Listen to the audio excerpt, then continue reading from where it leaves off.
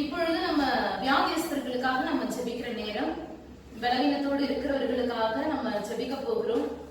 யாரெல்லாம் படுத்த படுக்கையாக இருக்கிறார்களோ அவர்களுக்காக நாம தான் ஜெபிக்கணும். ஒருவேளை உங்களுக்கு தெரிந்தவர்கள் வியாதியோடு இருக்கலாம், வியாதி படுக்கையில இருக்கலாம், ஹாஸ்பிட்டல்ல இருக்கலாம், முடியாத நிலைமையில இருக்கலாம், ஒருவேளை வீட்டுல வியாதியஸ்தர்களாக இருக்கலாம். அவர்களுக்காக நாம் ஜெபிக்கலாம்.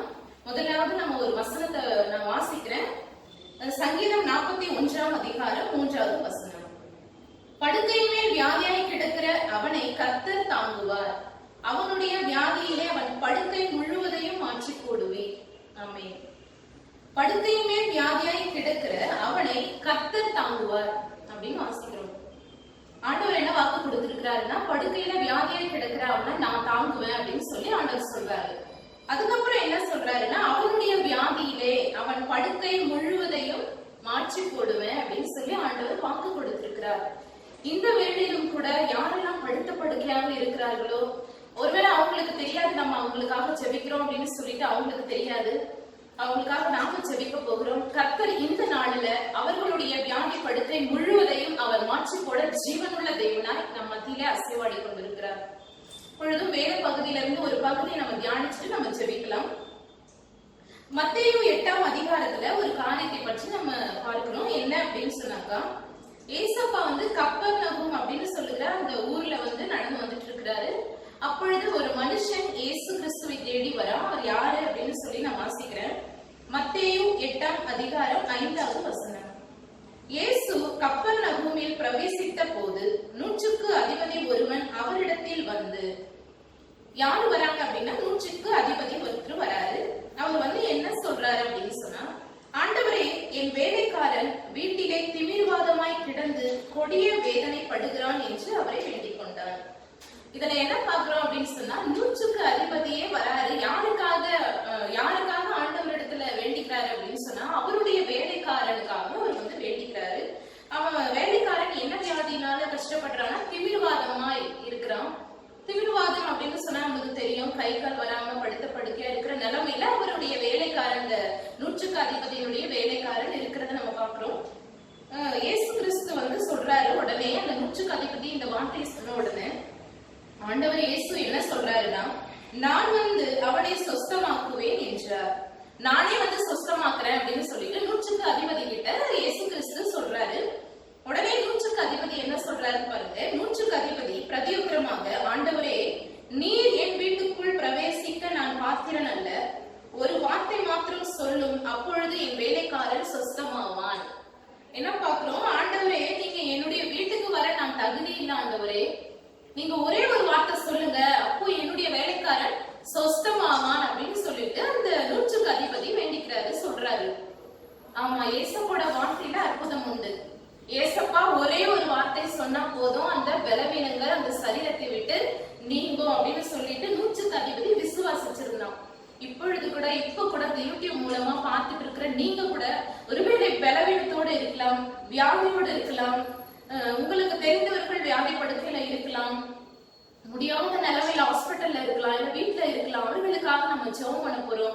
எப்படி அந்த 100க்கு அதிபதி இயேசு கிறிஸ்துவை தேடி ஆண்டவரே, நீங்க ஒரு வார்த்தை மட்டும் சொல்லுங்க, என்னுடைய வேலைக்காரன் சொஸ்தமாவான் அப்படின்னு சொன்னாரோ, அது போல இந்த நேரத்திலும் நீங்க ஒரு வார்த்தை சொல்லுங்க. ஆண்டவரே, நீங்க ஒரே ஒரு வார்த்தை சொல்லுங்க அப்படின்னு சொல்லிட்டு நம்ம கேட்க போகிறோம். கர்த்தர் பெரிய காரியங்களை செய்வார். அதுக்கப்புறம் என்ன நடந்துச்சு அப்படின்னா, அந்த 100க்கு அதிபதி சொல்றாரு, நீங்க ஒரு வார்த்தை மட்டும் சொல்லுங்க, என் வேலைக்காரன் சொஸ்தமாவான். நான் அதிகாரத்துக்கு கீழ்பட்டவனா இருந்தும் எனக்கு கீழ்பட்டிருக்கிற சேவகரும் உண்டு. நான் ஒருவனை போவென்றால் போகிறான், மற்றொருவனை வாவென்றால் வருகிறான். என் வேலைக்காரனை இதை செய் என்றால் செய்கிறான் என்றார். அப்போ அந்த 100க்கு அதிபதி சொல்றாரு, ஆண்டவரே, நான் அதிகாரத்துக்கு கீழ்பட்டவனா இருந்தோம், எனக்கு கீழ்பட்டு இருக்கிற சேவகர் இருக்கிறாங்க. நான் ஒருத்தனை போனா போறான், வானா வரான் அப்படின்னு சொல்லிட்டு அந்த 100க்கு அதிபதி இயேசுவை பார்த்து சொல்றாரு.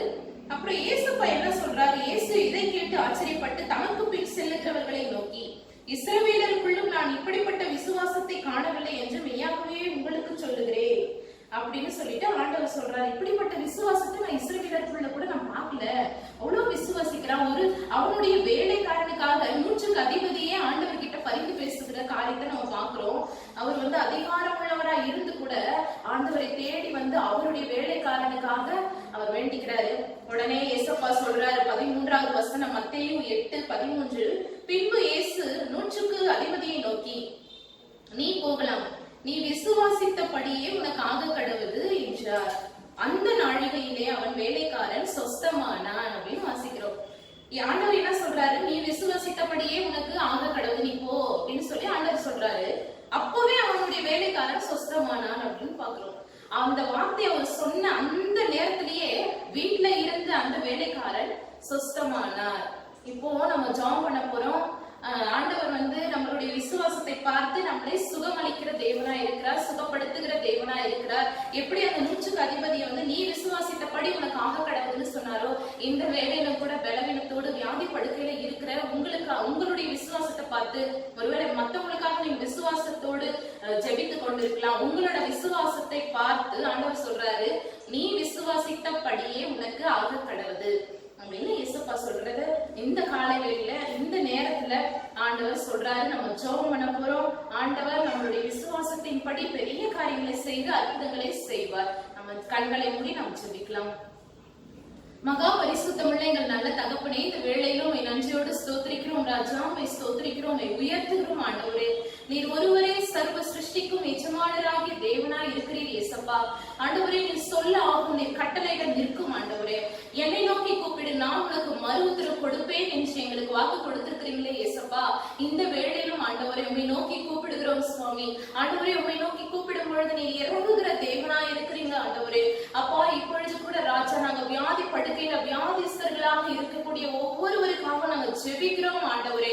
அப்பா, இந்த வேளையிலும் கூட ஏசப்பா, நாங்கள் தியானித்த இந்த வேத பகுதி ஆண்டவரே, அப்பா, இந்த வேத பகுதியில எப்படியாய் ஆண்டவரே இந்த 100க்கு அதிபதி தன்னுடைய வேலைக்காரனுக்காக ஆண்டவரே ஏசப்பா உம்மை தேடி வந்து ஆண்டவரை ஜெபித்தது போல ஆண்டவரே, இந்த வேளையிலும் கூட ஒருவேளை ஆண்டவரை தங்களுடைய சரீரத்துல பலவீனத்தோடு இருக்கிற ஒவ்வொருவருக்காக ஆண்டவரே, அப்பா, பலவீனப்பட்டு ஆண்டவரே ஒருவேளை இவர்களுக்கு தெரிந்தவர்களுக்காக ஜெபித்து கூட கொண்டிருக்கலாம். அப்படிப்பட்டவர்களின் மீது ஆண்டவரே நீர் ஒரு விசையாய் அப்பா உங்க கரத்தை வைக்கும்படியாய் ஜெபிக்கிறோம் ஆண்டவரே. உங்க கரத்தை நீட்டுங்க ஏசப்பா.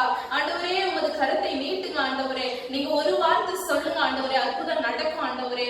அப்பா, ஆண்டவரே, நீங்க சொன்னீங்களே, நீ போகலாம், நீ விசுவாசித்தபடியே உனக்கு ஆக கடவுள்னு சொல்லி அந்த 100க்கு அதிபதியை பார்த்து சொன்னீங்களே ஆண்டவரே.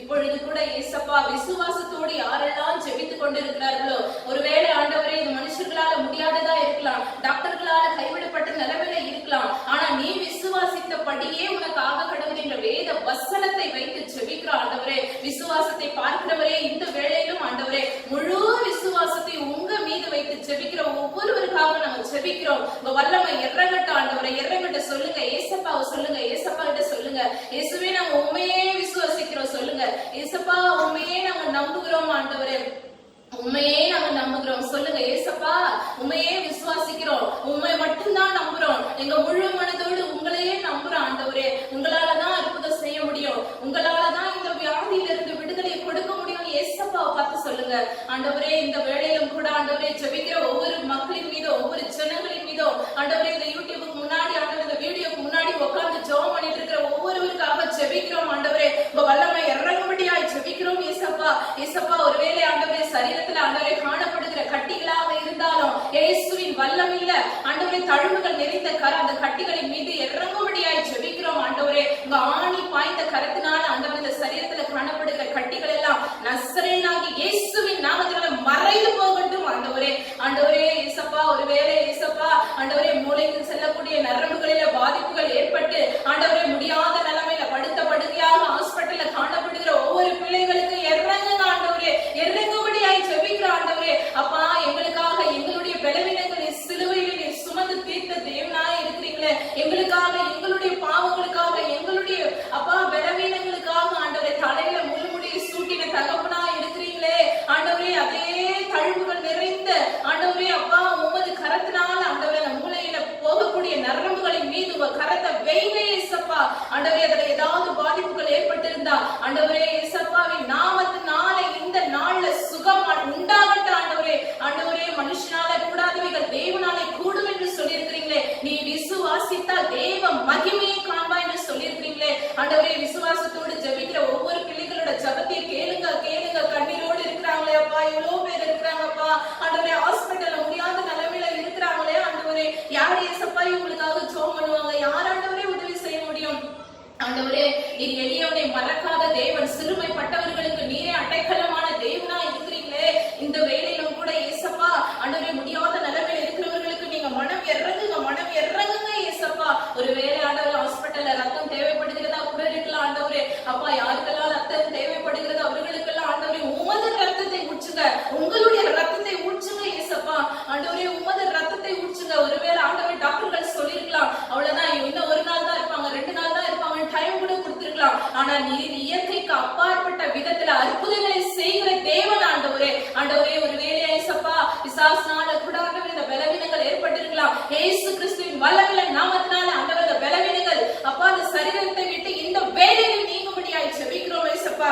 ஜெபிக்கிறோம் ஆண்டவரே. ஆண்டவரே அப்பா, கேன்சர் வியாதினால பாதிக்கப்பட்டவர்களுக்காக ஜெபிக்கிறோம் இயேசுவின் நாமத்தினால. ஆண்டவரே, இந்த வியாதியில இருக்க முழு விடுதலை கொடுங்க ஆண்டவரே. வயிற்று பகுதியில காணப்படுகிற எல்லா பிரச்சனைகளும் நசரேயனாகிய இயேசுவின் வல்லமையுள்ள நாமத்தினால மறைந்து போகட்டும். இரணியாவினால கஷ்டப்படுகிற ஒருவேளை ஆண்டவரே அடி வயிற்று பகுதியில காணப்படுகிற வலிகள், வேதனைகள் இயேசுவின் வல்லமையுள்ள நாமத்தினால மறைச்சு போகட்டும் ஆண்டவரே. நீ விசுவாசித்தபடி உனக்கு ஆக கடவுது என்று வேத வசனத்தின்படியா நீர் அந்த 100க்கு அதிபதியை பார்த்து சொன்ன அதே வார்த்தையின்படியாய் ஆண்டவரே இந்த வேளையில நீ விசுவாசித்தபடியே உனக்கு ஆக கடவுதுன்னு சொல்லுங்க ஆண்டவரே. சொல்லுங்க ஏசப்பா. ஆண்டவரே, எங்களுக்கு தெரிந்த ஒருவேளை ஆண்டவரே அப்பா ஹாஸ்பிட்டல்ல முடியாமல் இருக்கிற ஒவ்வொரு பிள்ளைகளுக்காக ஜெபிக்கிறோம். ஐசியூல இருக்கிறவர்களுக்காக ஜெபிக்கிறோம் ஆண்டவரே. ஆபரேஷன் தியேட்டர்ல இருக்கிறவர்களுக்காக ஜெபிக்கிறோம் ஆண்டவரே. உங்களுடைய வல்லமை இப்பொழுதே எங்கெல்லாம் கடந்து செல்லட்டும் ஆண்டவரே. வல்லமை இறங்கட்டும் ஆண்டவரே. அப்பா, நீ சோர்ந்து போகிறவனுக்கு பலனையும் சத்துவம் இல்லாதவர்களுக்கு சத்துவத்தை நீ பெருக பண்ணுகிற தகப்பனாகிய தேவன் ஆண்டவரே. இந்த வேலையில பலத்தை கொடுங்க அப்பா. உங்க பலன் இறங்குகிறதுக்காய் நன்றி ஆண்டவரே. சரீரத்துல உங்க வல்லமை இறங்குகிறதுக்காய் ஸ்தோத்திரம் ராஜா. மரித்து போய் கிடக்கிற எல்லா உறுப்புகளும் இயேசுவின் நாமத்தினால உயிர் அடையட்டும் ஆண்டவரே. அப்படியா செய்து கொண்டே இருக்கிறேன். நன்றி ராஜா, நன்றி ஏசப்பா. அப்பா, நீ சுகத்தை கொடுக்கிறீரே, உனக்கு ஸ்தோத்திரம் ராஜா. ஆண்டவரே, மூச்சு விட முடியாம கஷ்டப்பட்டு கொண்டிருக்கிற ஒவ்வொரு பிள்ளைகளுக்கும் உங்களுடைய சுவாசத்தை ஆண்டவரே நீங்க ஊதும்படியாய் ஜெபிக்கிறோம் ஏசப்பா. ஆண்டவரே, கிட்னில காணப்படுகிற கற்கள் எல்லாம் இயேசுவின் நாமத்தினால மறைஞ்சு போகட்டும், இல்லாமல் போகட்டும் ஆண்டவரே. எல்லாருடைய கண்களுக்கு அது ஆச்சரியமாக ஆண்டவரே இருக்கும்படியாய் ஜெபிக்கிறோம். நீ பெரிய காரியங்களை செய்கிறீர் ஆண்டவரே. அப்பா, கண்கள்ல கூட ஆண்டவரே மங்கலான பார்வை இருக்கக்கூடியவர்களுக்கு கண்கள் நம்ம வல்லமை இறங்கட்டும் ஏசப்பா, இறங்கட்டும் ஆண்டவரே. அப்பா, ஆண்டவரே, சர்க்கரை வியாதியினால பாதிக்கப்பட்டிருக்கிறவர்களுக்கு ஆண்டவரே அப்பா எந்த பாதிப்பு வராதபடி ஆண்டவரே சுகரெல்லாம் நார்மலாய் மாறுபடியாய் ஜெபிக்கிறோம். இது பெரிய காரியங்களை செய்கிறீர், அதற்காக ஸ்தோத்திரம் பண்ணுங்க ஏசப்பா. ஜெபத்தை கேட்டு ஆண்டவர் சுகத்தை கொடுத்து கொண்டிருக்கிறார். ஸ்தோத்திரம் பண்ணலாம். ஸ்தோத்திரம் வல்லமை இறங்குகிறதற்காக ஸ்தோத்திரம். நன்றி ராஜா, நன்றி ஏசப்பா. ஸ்தோத்திரம் ராஜா, ஸ்தோத்திரம் ஆண்டவரே. ஜெபத்தை கேட்டதற்காக நன்றியோடு ஸ்தோத்திரிக்கிறோம். 100க்கு அதிபதியினுடைய வேலைக்காரரை சுகமாக்கின அதே இயேசு கிறிஸ்து இன்றும் உயிரோடு இருக்கிறீர் ஆண்டவரே. அப்படியா ஆண்டவரே, இப்பொழுது ஜெபித்துக் கொண்டிருக்கிற ஒவ்வொருவருக்கும் நீங்க சுகத்தை கட்டளையிட்டதற்காக நன்றியோடு துதிக்கிறோம். சகல துதி கன மகிமை எல்லாம் இயேசு கிறிஸ்து ஒருவருக்கு மாத்திரமே செலுத்துகிறோம். மகா பரிசுத்தம் உள்ள சுகத்தை கொடுத்த இயேசுவின் வல்லமையுள்ள நாமத்தினாலே இந்த ஜெபத்தை ஏறெடுக்கிறோம் எங்கள் ஜீவனுள்ள நல்ல பிதாவே. ஆமென், ஆமென். இப்பொழுது நம்ம ஜெபம் பண்ணியிருக்கிறோம். உங்களுடைய விசுவாசத்தை பார்த்து ஆண்டவர் நிச்சயமா சுகத்தை கொடுத்திருப்பார், பெரிய காரியங்களை செய்வார். நீங்க எங்களை தொடர்பு கொண்டு ஜெபிக்க விரும்பினா ஜெபித்துக் கொள்ளலாம். எங்களுடைய செல்போன் நம்பர் நான் சொல்றேன், உங்களுக்கு தெரிந்தவர்களுக்கும் நீங்க அறிமுகப்படுத்துங்க. 08754054789. இன்னொரு நம்பரும் சொல்றேன், அதையும் நோட் பண்ணிக்கோங்க. 09677486631. நீங்க உங்களுக்கு தெரிஞ்சவங்களுக்கு அறிமுகப்படுத்துங்க. கர்த்தர் பெரிய காரியங்களை செய்வார், உங்களை சாட்சியாக நிறுத்துவார்.